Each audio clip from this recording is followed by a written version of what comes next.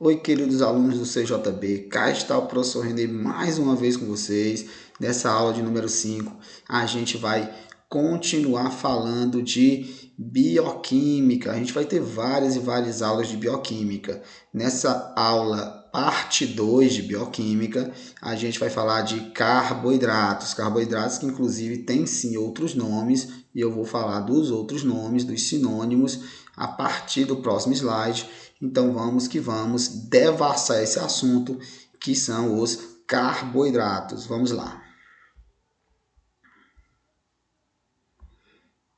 Então, pessoal, os carboidratos, né, também são chamados de glicídios, glucídios, açúcares, hidratos de carbono.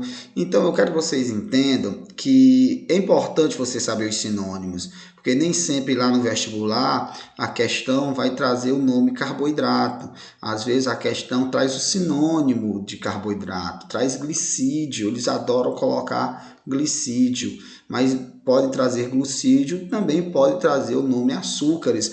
Então, você tem que saber que tudo isso quer dizer carboidratos, ok? E aí, galera, esses tais carboidratos têm como principal função, a função que se destaca, a função energética. Sem sombra de dúvida, os carboidratos é a principal fonte de energia de nós seres vivos, ok?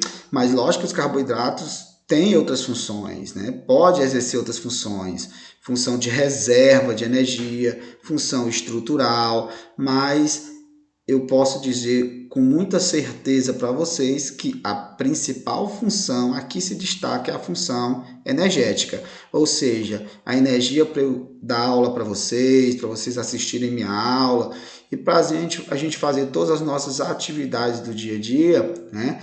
A principal energia para a gente fazer tudo isso, sem sombra de dúvida, são os carboidratos que a gente consome durante o dia, ok? Beleza?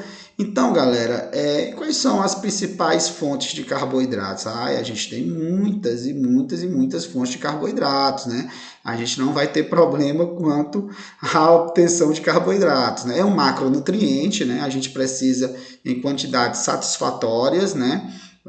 Relativamente grandes e é fácil de encontrar, como eu disse. Muitas coisas têm carboidratos. Vou citar aqui as principais, como por exemplo as massas, né? Então toda vez que a gente come pão, pizza, macarrão, né? Então essas massas também são prioritariamente carboidratos, né? Os cereais, entenda, os grãos, né? O arroz, o feijão. Então, os cereais também são fontes de carboidrato, né? Os tubérculos, ou seja, as raízes tuberosas, que, por exemplo, a raiz tuberosa, a batata doce, a mandioca, né? A cenoura, a beterraba, caules tuberosos, como a batata inglesa, né? Então, tudo isso também é muito rico em carboidratos. As farinhas, né? A farinha de trigo, a farinha de mandioca, a farinha de milho e assim sucessivamente. E outra fonte de carboidrato também são os alimentos de sabor doce, né? Então, tudo aquilo ali de sabor doce, chocolate, né? Aqueles docinhos, enfim, essas coisas de sabor doce também são carboidratos, tranquilo? Então perceba que as fontes de carboidratos para a gente no nosso dia a dia são as mais diversas, né? Beleza? E cuidado que o excesso de carboidrato, como a gente vai ver no decorrer de bioquímica, se transforma em triglicerídeos, né? Triacilglicerol, ou seja, em gordura. Mas a gente vai falar com calma e paciência isso no decorrer do assunto de bioquímica. Professor, e qual é a classificação dos carboidratos? Os carboidratos podem ser classificados em monossacarídeos, oligosacarídeos e polissacarídeos. Interessante é que os nutricionistas gostam assim de dizer que esses carboidratos mais simplesinhos, né, e que têm sabor doce, eles chamam de açúcares, né? Então, os nutricionistas fazem essa diferença. Então, os carboidratos de sabor doce, os carboidratos mais simplesinhos, eles chamam, como eu disse, de açúcares. Já os carboidratos mais complexos, né, que são os polissacarídeos, que inclusive não tem sabor doce, aí é o que eles chamam de carboidrato mesmo, né? Tanto é que algumas pessoas dizem, não, o carboidrato depois se transforma em açúcar, né? Então é porque tem isso tudo é carboidrato, mas os nutricionistas gostam de fazer essa diferença, né? Isso é chamado de açúcar, e isso aqui de açúcares, né? E isso aqui chamado de carboidrato. Mas enfim, tudo é carboidrato. Vamos para o próximo slide, onde a gente, a partir do próximo slide, vai explorar nessa sequência. Vamos começar falando dos monossacarídeos, depois dos oligosacarídeos e num belo momento a gente chega nos polissacarídeos. Vamos lá. Então, pessoal, os monossacarídeos, o que eu posso falar para vocês dos monossacarídeos? Eles são os carboidratos mais simplesinhos, eles são os carboidratos mais elementares. É justamente esses monossacarídeos que vão se juntar para formar os oligo e os polissacarídeos. Costumo brincar que os monossacarídeos são as pecinhas de Lego, porque eles vão se juntar para formar oligo e poli, ou seja, para formar coisas mais complexas, ok? E os monossacarídeos, eles têm uma fórmula geral, CnH2ON, o que faz a gente entender porque os carboidratos são chamados assim de carboidratos, ou de hidratos de carbono, né? Carbo de carbono, hidrato de água, porque eles são carbono e água. Não poderia ser outro nome que não carboidrato, né? Faz sentido. Então, os monossacarídeos são os carboidratos mais elementares, né? Quando a gente come carboidratos mais complexos, esses carboidratos mais complexos, no nosso trato digestório, são fracionados, quebrados, até chegar aos monossacarídeos, né? Até os carboidratos mais simples. Então, ou seja, os monossacarídeos são os monômeros que vão se juntar para formar os oligômeros e os polímeros. Entenda, oligosacarídeos e polissacarídeos, ok? E os monossacarídeos, repito, tem uma fórmula geral, CnH2ON, onde esse N aqui pode variar de 3 até 7. Portanto, os monossacarídeos podem ter de 3 até 7 carbonos. E dependendo do número de carbonos, os monossacarídeos recebem nomes especiais. Se eles têm 3 carbonos, eles recebem o nome de triose. Vai ser C3H6O3. Perceba que o do meio é sempre o dobro, né? Eu vou substituir esse número por 3, né?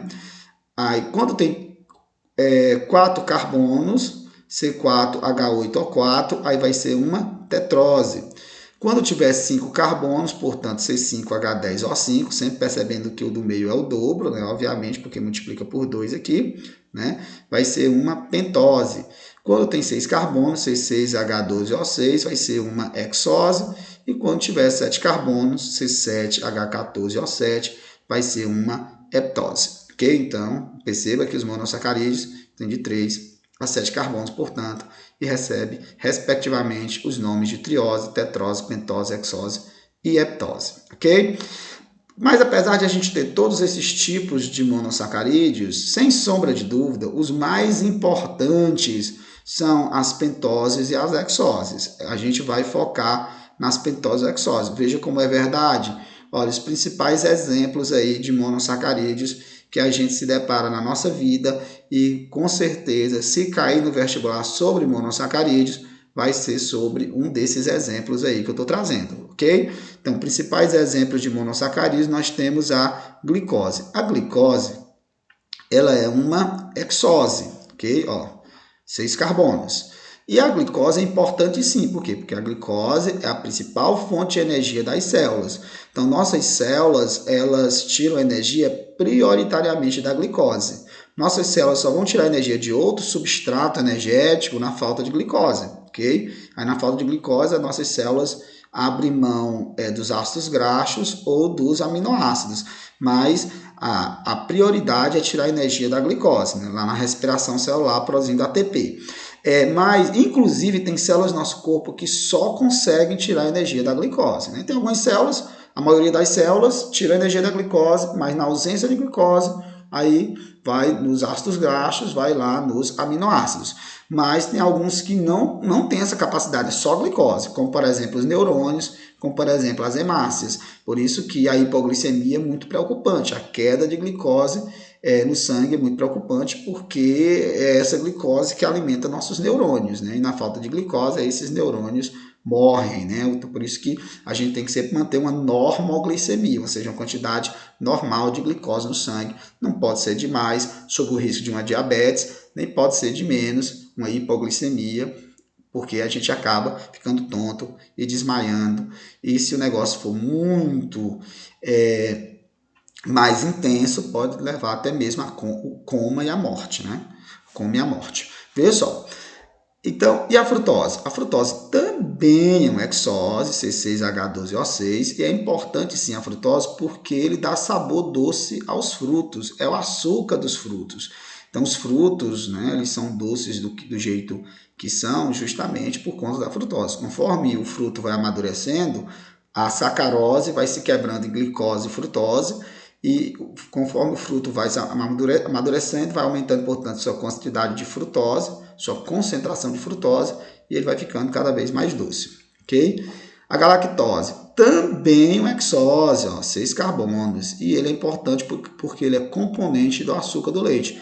Ele não é o açúcar do leite é a lactose, mas ele é componente da lactose, ele é componente do açúcar do leite, ok? E perceba que realmente as hexoses são muito importantes. Os 3 primeiros exemplos que eu dei, tudo é hexose. Agora vamos para a ribose.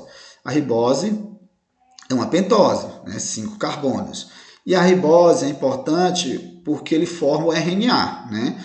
Que é um ácido nucleico. Os ácidos nucleicos, RNA e DNA. Então a ribose é importante porque entra na composição do RNA, o ácido ribonucleico, okay? Que a gente vai estudar mais lá na frente. E a desoxirribose, né, também é uma hexose, também é uma pentose, 5 carbonos, né, e ele é importante porque forma o DNA, o ácido desoxirribonucleico, que é inclusive o material genético de nós, seres humanos, material genético de todo e qualquer ser vivo, é sempre o ácido desoxirribonucleico. A exceção são alguns vírus, né? Se a gente considerar vírus ser vivo, porque tem alguns vírus cujo material genético é o RNA.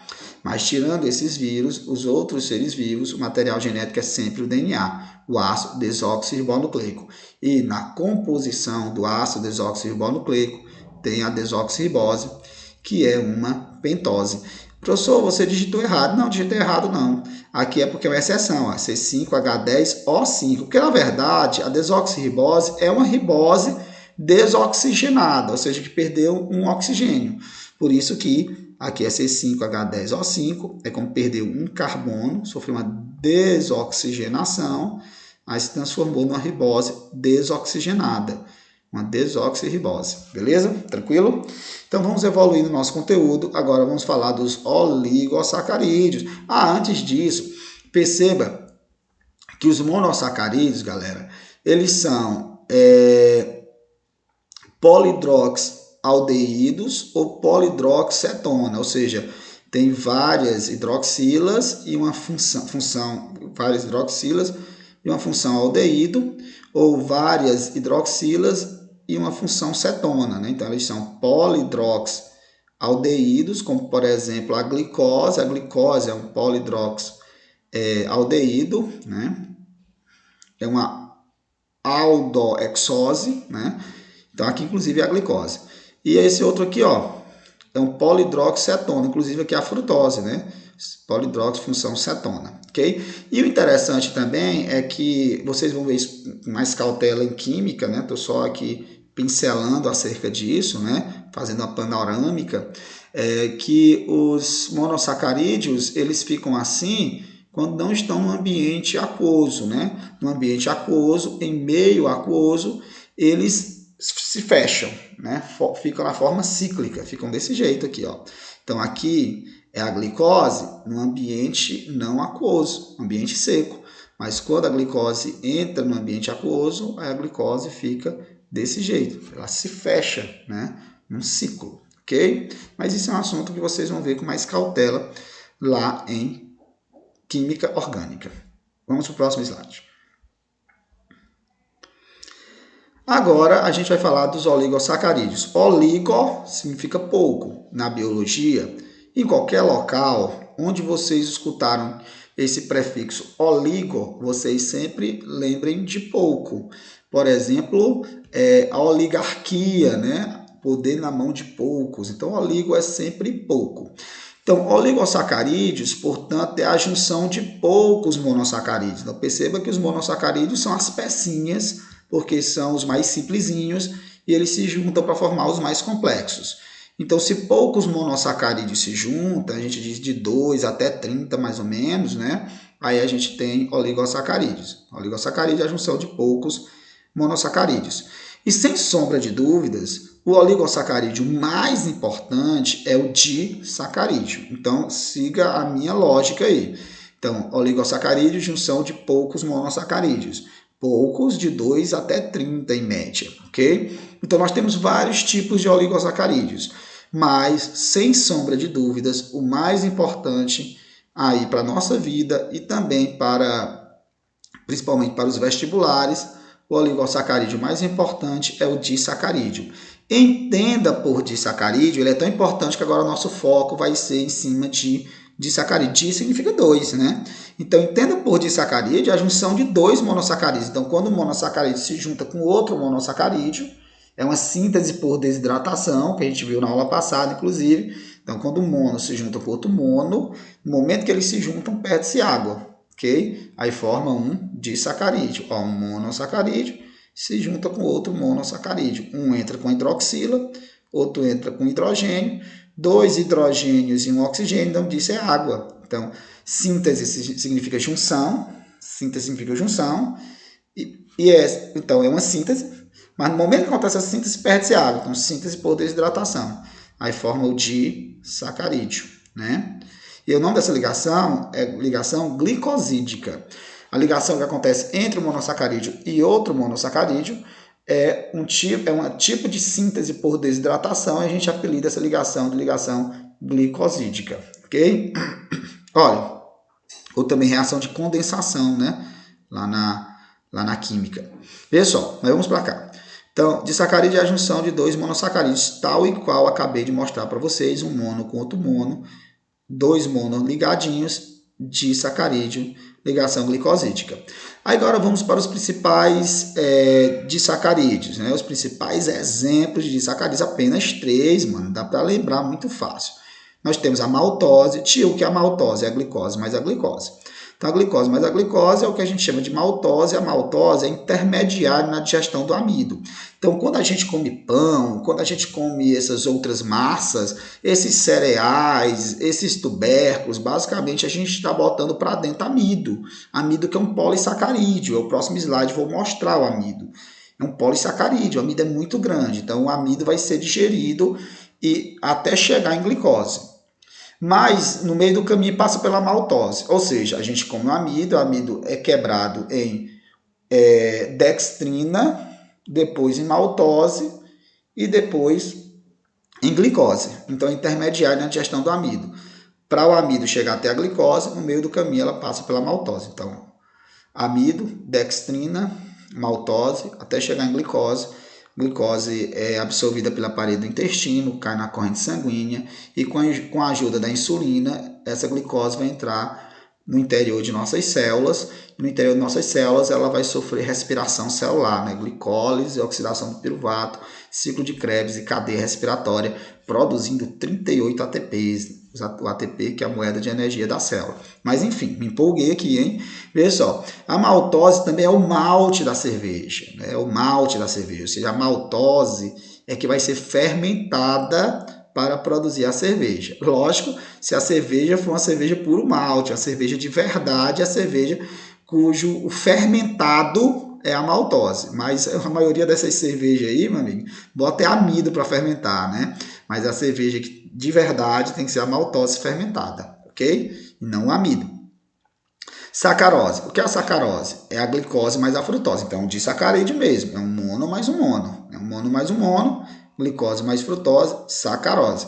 E a sacarose é o açúcar comum, é aquele açúcar de adição que a gente tem lá na casa da gente, que a gente bota no suco, no café, em diversas outras coisas. É o açúcar da cana. Então, o açúcar da cana é a sacarose e, portanto, glicose mais frutose, um disacarídeo, ok? Professor, e o terceiro e último disacarídeo que o senhor quer que a gente aprenda? A lactose. A lactose é um disacarídeo sim, porque é glicose mais galactose. E eu quero que vocês saibam da lactose, porque a lactose é o açúcar do leite, né? É o açúcar que dá aquele sabor característico do leite, ok? A lactose também é um açúcar muito alergogênico, né? Muitas pessoas, ao se expor à lactose, acabam tendo alergia a esse açúcar. Mas é um assunto para outra ocasião. Vamos para o último slide, onde a gente vai falar de polissacarídeos. Então, pessoal, polissacarídeos. Poli significa muitos. Então, os polissacarídeos, portanto, é a junção de muitos monossacarídeos.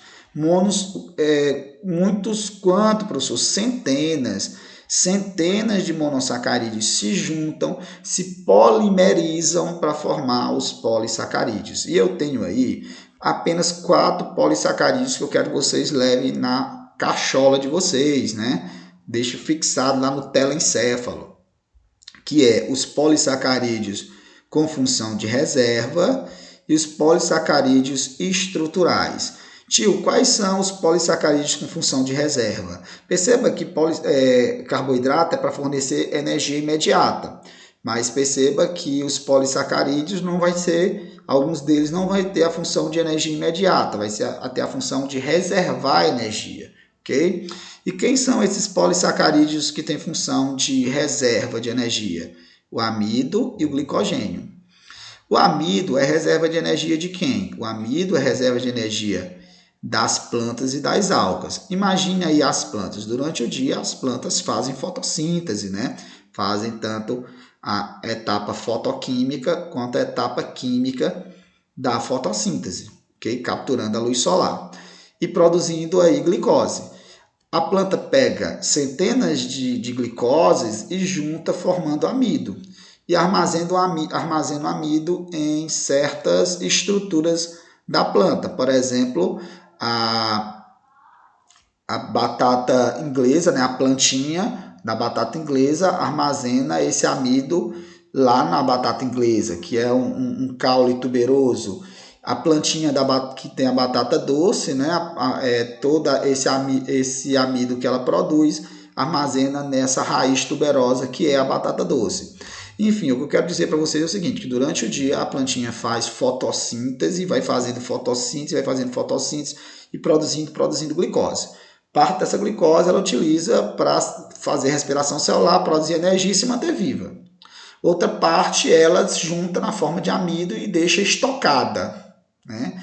Porque durante a noite ela não vai fazer fotossíntese, mas ela continua fazendo respiração celular. Então ela lança a mão desse amido que ela armazenou durante o dia, quebra em glicose para utilizar essa glicose como fonte de energia para se manter viva durante a noite até o próximo dia pela manhã, onde ela vai fazer mais fotossíntese, né, e repor o que ela consumiu durante a noite, ok? E o glicogênio é reserva de energia dos animais, né, e dos fungos, ok? Então, só porque nossa verdadeira reserva de energia, logicamente, que é a gordura. Gordura a gente tem muito. Glicogênio é pouquinho. Glicogênio é apenas 400 e poucos gramas, né? E esse glicogênio ele fica armazenado no fígado e nos músculos. Por quê, professor? Para os períodos de jejum. Imagine que 7 horas da manhã eu entro na sala de aula e fui em jejum para dar aula. Eu tomei café, mas 7 horas da manhã eu estou no colégio. Eu só vou almoçar lá para 12h30. Digamos que no meio da manhã, minha glicemia começa a baixar. Quando minha glicemia começa a baixar, meu organismo libera hormônios catabólicos, né, cujo principal é o glucagon, e esses hormônios catabólicos vai lá no glicogênio do fígado e quebra o glicogênio em glicose e joga toda essa glicose no sangue. Aí a minha glicemia sobe para eu suportar uma normoglicemia até a próxima refeição. Então, o glicogênio é muito pouco, é só para esses períodos de jejum entre uma refeição e outra. Quando você está dormindo. Quando você está dormindo, você não come, só se você for sonâmbulo.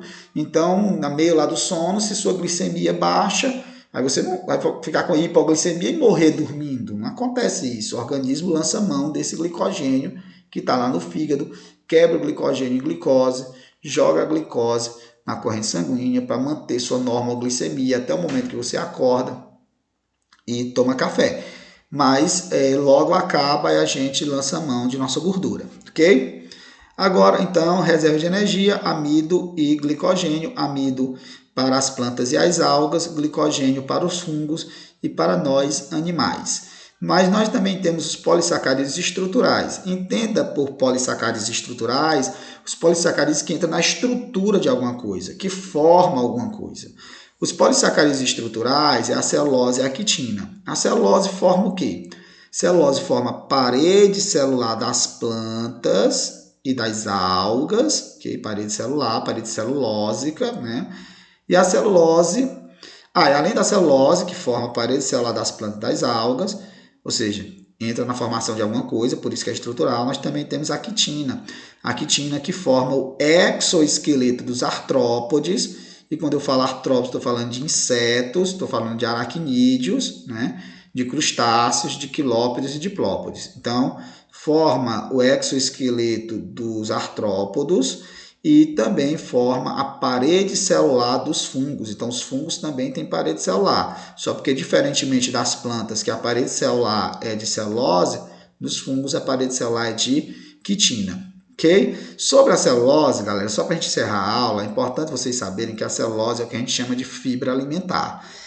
E aí, nós animais, não conseguimos digerir a celulose, porque a gente não tem a celulase. Aí você vai dizer, não, professor, mas o boi só come capim, só come celulose, mas é porque no seu estômago, né, na primeira parte do seu estômago, o estômago é dividido em 4 partes lá no boi, né? Pança, rumen, barrete, omaso e abomaso. Mas enfim, na primeira parte do estômago do boi, lá tem uma população, tem uma comunidade, melhor dizendo, de micro-organismos que conseguem digerir a celulose para o boi, fazendo uma relação chamada de mutualismo, né? Simbiose mutualística, uma troca de benefícios. Professor, mas outra coisa, por isso que o boi come capim e essa celulose ele vai conseguir utilizar porque os micro-organismos digerem a celulose para o boi, assim como o cupim também. O cupim lá no seu intestino tem um protozoário flagelado do gênero Triconinfa que digere toda aquela madeira que o cupim come. Quem faz a digestão é esse protozoário lá do intestino do cupim. Professor, mas e a gente? Porque os médicos dizem que a gente tem que comer celulose. Tem que comer fibra alimentar. E agora o senhor está dizendo que fibra alimentar é celulose e eu não vou digerir a celulose. Do jeito que ela entra, ela sai, né? Do jeito que a celulose entra, ela sai, a gente não digere. Mas qual a importância da celulose? Ou seja, da fibra alimentar? A fibra alimentar é muito importante. Então, podem comer, sim, alimentos com fibra alimentar. A fibra alimentar ela é bastante abundante em alimentos integrais, né? Por isso que é bom comer, né, pão integral e essas outras coisas, arroz integral, porque esses alimentos integrais são muito ricos em fibra, entenda, em celulose. Mas a fibra alimentar, ou seja, a celulose, apesar de a gente não digerir, ela vai ter algumas funções. Por exemplo, ela vai dar consistência ao bolo alimentar, estimulando o peristaltismo, ou seja, estimulando o deslocamento do bolo alimentar no trato digestório, né? A fibra alimentar, ela também dificulta a absorção de colesterol, por isso que as pessoas que têm colesterol alto têm que comer alimento integral, porque vai ter muita fibra alimentar, e a fibra alimentar dificulta a absorção de colesterol. A fibra alimentar, ela dá a sensação de saciedade, sem fornecer calorias, porque ela não é digerida, né? Então muitas pessoas vão para o rodízio, né? Aí se enche de folha, né? De salada, né? Verde, para depois comer o churrasco. Faz sentido, porque você vai ficar mais saciado e não vai aguentar comer tanta carne, né? E não vai ter, portanto, muito aporte calórico. A celulose também dá consistência ao bolo fecal, né? Então, se você quer fazer um cocôzão de vergonha, é comer fibra alimentar. Esses jovens ficam comendo, são industrializados, e os industrializados são pobres em fibra alimentar, por isso que ficam aí privados sem conseguir fazer o número 2. E para encerrar, né, a fibra alimentar também é um alimento pré-biótico, ok? Ou seja, estimula uma boa flora intestinal, ok? Enfim, senão eu vou ficar falando demais aqui. Então, pessoal, foi um prazer falar de carboidratos para vocês e na próxima aula a gente vai falar de lipídios. Tchau, pessoal, até o nosso próximo encontro.